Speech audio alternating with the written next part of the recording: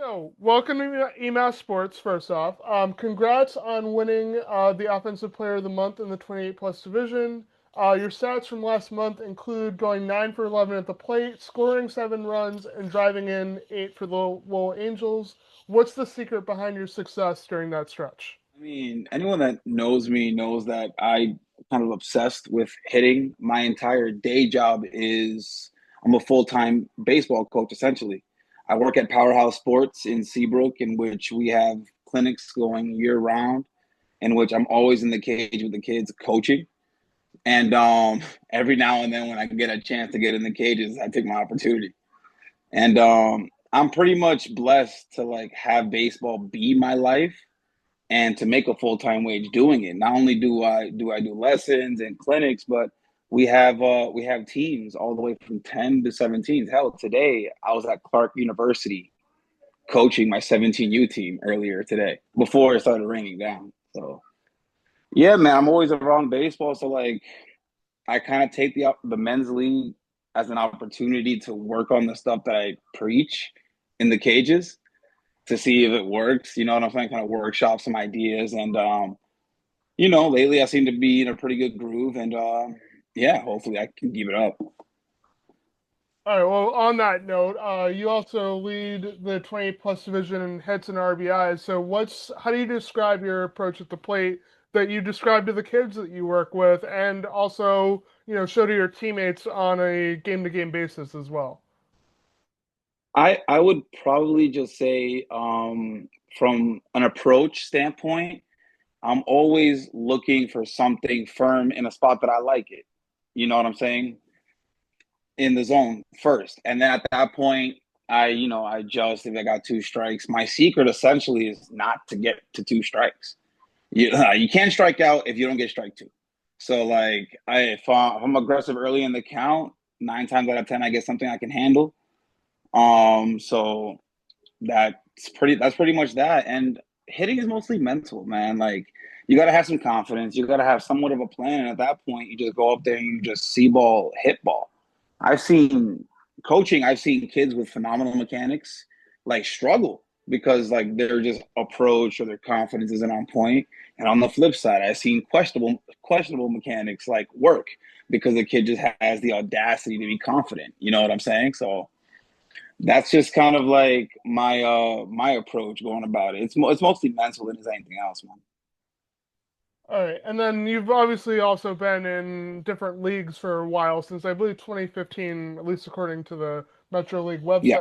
website. So can you kind of describe or talk about how you got started with amateur baseball in all the different leagues that you've been a part of, the teams and stuff like that, and how that's kind of led to where you are today, as part of a defending champion with the Lowell Angels?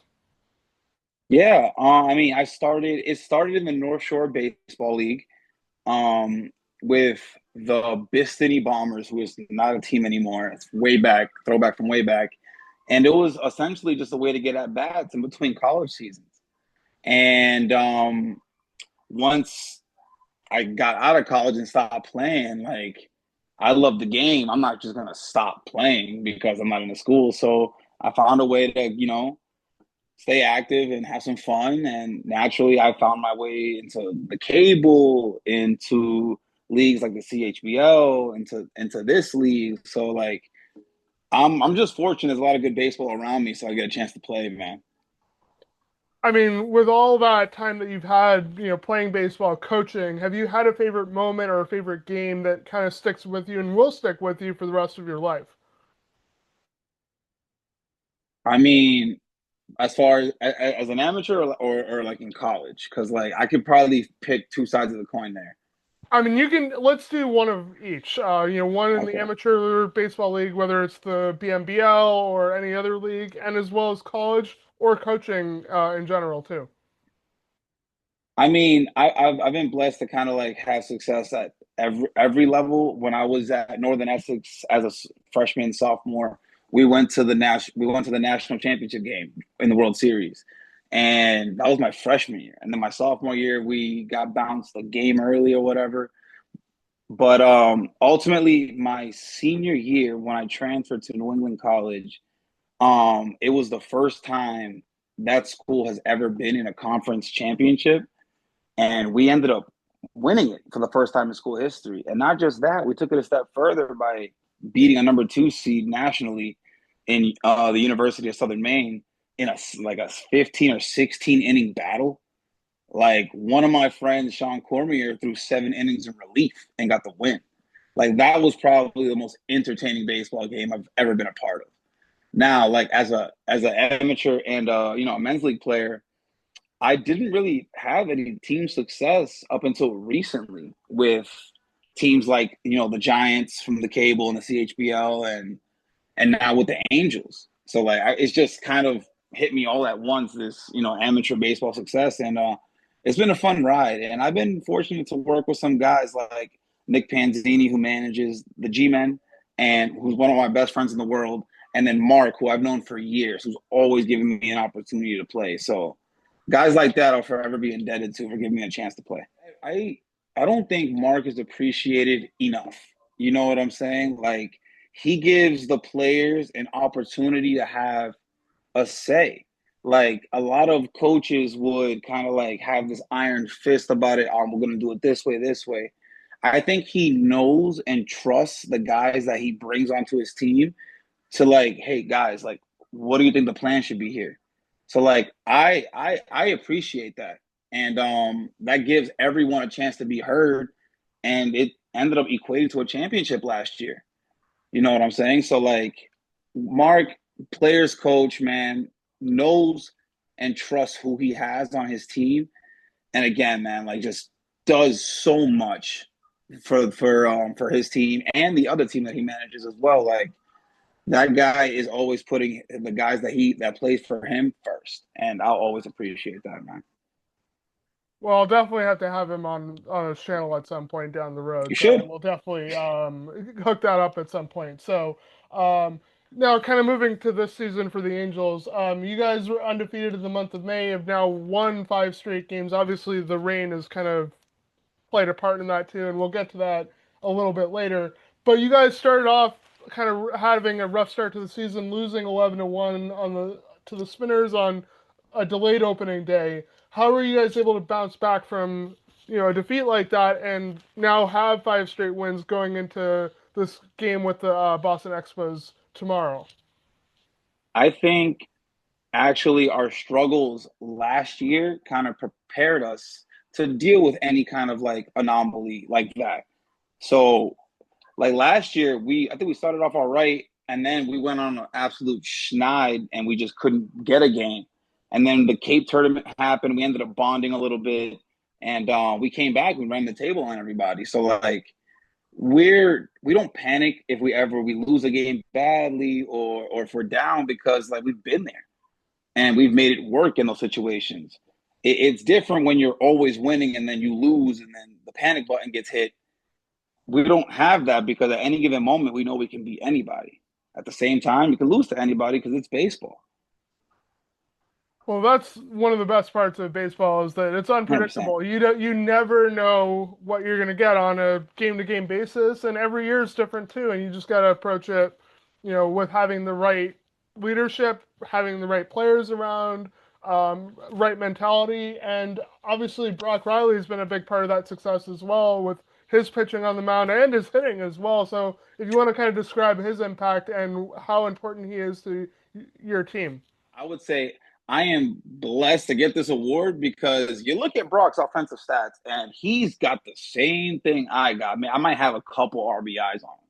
This guy is an absolute stud, dude. This guy, not only can he field his position, he can field any position, throws the ball harder than hell, and hits really. That dude is baseball personified. And like I grew in a way I grew up with Brock and Lowell, and we played on the same high school team, and I saw it then. Like this kid is different. You know what I'm saying? Like this kid is absolutely different. And a quick little story about Brock: he was going so hard at baseball tryouts that the coach, I remember this vividly. The coach had to tell him, Brock, relax. You're on the team. Like, don't hurt yourself going 1,000 miles an hour, throwing the ball as hard as you can. You made it, buddy. So it's okay. And like that's just like he doesn't know any other way to play the game. And like playing with him, dude, like we feed off each other and it's just so effortless and so easy. All right, and then we talked about Brock and we talked about your story, but are there any other players on your team that you want to highlight that really should get more attention? Because obviously you guys seem to be a very well balanced team. I mean, one person or Yeah. two people don't win championships; it takes an entire team. So if there's anybody else you want to highlight, the floor is yours. Dude, that's hard, man. Like I'm gonna end up doing somebody a disservice. But dude, Johnny McDonald, an absolute stud. Again, another great two-way player. Can hop on the bump whenever he wants. Great hitter, great fielder. He's another coach. So when we're on the field together, we're kind of able to control like the pace of the game a little bit. Hey, you cover here, you cover there. And it's just great chemistry. Like you got him, you got Nick Godfrey, who I also grew up with, was an absolute another two-way stud. Like we got Dano, my boy Dano, my middle infield partner, one of my favorite people to turn double plays with. Now one of my favorites. I got a couple guys that I've been honored to play with, and he's just one of the best, dude. And like, dude, I can go around all day long. We have Strempel, we got Koppelman, we got dudes that on any given moment can like go off and be the reason we win a game. And like, so Boz, like we have dudes that can just straight up play.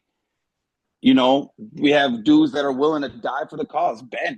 My boy Ben Buxton will block anything. He doesn't care who's throwing it, how hard. He will jump in front of a freaking ball for his boys. He'll jump on a grenade for his boys. This guy. You know what I'm saying? Like the energy on the Angels has been one of like my favorite things in my baseball career because it's just constant like feeding off each other and it's just been a lot of fun, man.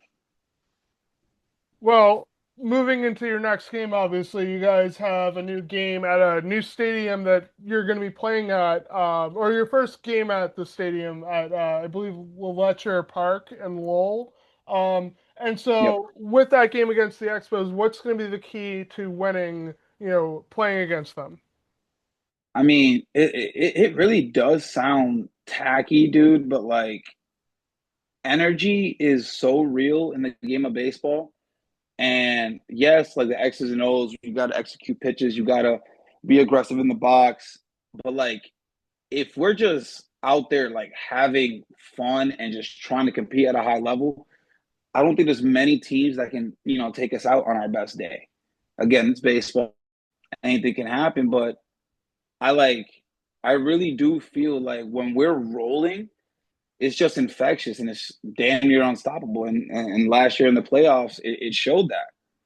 Like, yeah, we have dudes on the mound that get us there, and we have guys at the plate that can contribute, but it's just fun, man. And if you're not playing to have fun, like what are you even doing?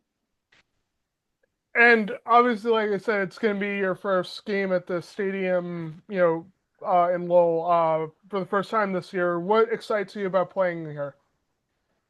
Well, growing up in Lowell, like with the Lowell Spinners playing there, and even being able to play a game there at when I was at Lowell High School, it's so awesome. It gives you kind of like a minor league, major league field vibe because I was going there and watching the Spinners play.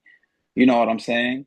And it's just it's one of the best ball fields around, and I'm just happy we get an opportunity to kind of like play there and give it some life. Okay, and obviously one thing that could get in the way of that, and like I said, this video will come out tomorrow around noon. So the game could potentially be 4 hours from when this video comes out, but the rain may cause a little delay in that or just Yeah, postpone it. Obviously, that's been a huge factor the last 4 years since I've been covering this league. And you guys have seen that firsthand, and I'm sure that's frustrating on some level. So, how do you, yeah. take that frustration and turn it into something positive, or not let it be a distraction and still be able to go on a run like you did last year? It really so I've dealt with the rain. We had to cancel games for my program for my 12U 13 all the way up.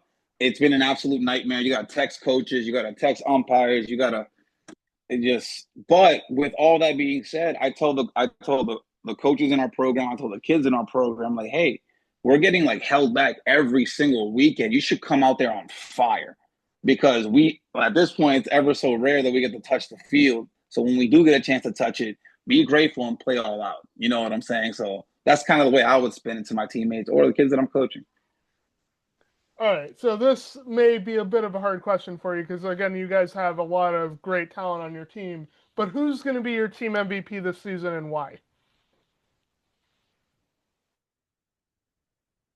Our team MVP this season, and quite frankly, every season, is Mark Cebulski because not only does he recruits really well, he takes input from everybody, and he knows who to play when to play.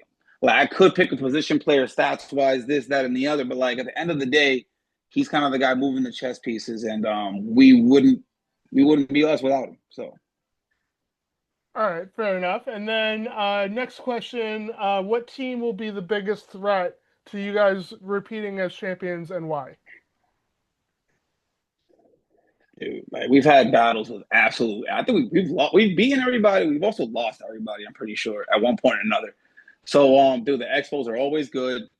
The Bombers, an absolute freaking stud cast of guys, and then Cambridge, just straight up just baseballs their asses off. So like, it's a strong group, but I would anticipate the Bombers want a little bit revenge after us taking them out. So I can't imagine they're gonna let us off the hook easy. So I'll probably say that.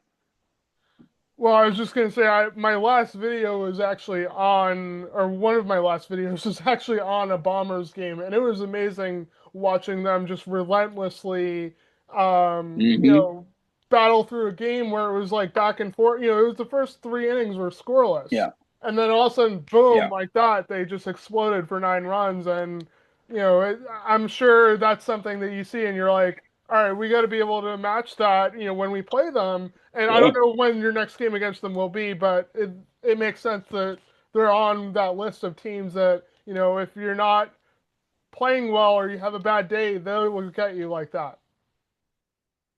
So, 100%. You cannot let like there's a couple of teams like that, but them especially. If you don't bring your A game, you're going home with your ass whooped. You know what I'm saying? So like, it makes for competitive baseball, and like that club is awesome because we compete our asses off. We kind of chirp a little bit, but at the end of the game, it's a good game, bro. Like you did great. Like it's a great environment whenever we get on the field together. So I'm excited about it all right, perfect. And then last couple questions. So finish this sentence. The Lowell Angels will repeat as 28 plus champions because. because our energy is undeniable. That's just what it is, and obviously there's no absolute certainty. But if we're rolling and our energy is high, and guys just continue to buy in, I don't think there's any reason why we shouldn't repeat as champions. All right, and then just final message to anyone watching. Why should people come watch your league, your teams that you've played for or are currently playing for, and just why amateur baseball is so important to the city of Boston and the surrounding area? Well, anyone that knows me personally knows that when I get on a baseball field, like I do talk a lot. I am a talker, but I love just bringing energy to the game. No matter whose team I'm playing for, if I'm on the field 9 times out of 10, I'm not shutting up, and I'm always just cheering on my guys. Like it's just the way I grew up. Like I'm not a big like tough guy on the field. I just like playing baseball. You know what I'm saying? And everyone's gonna feel that when I'm on the field.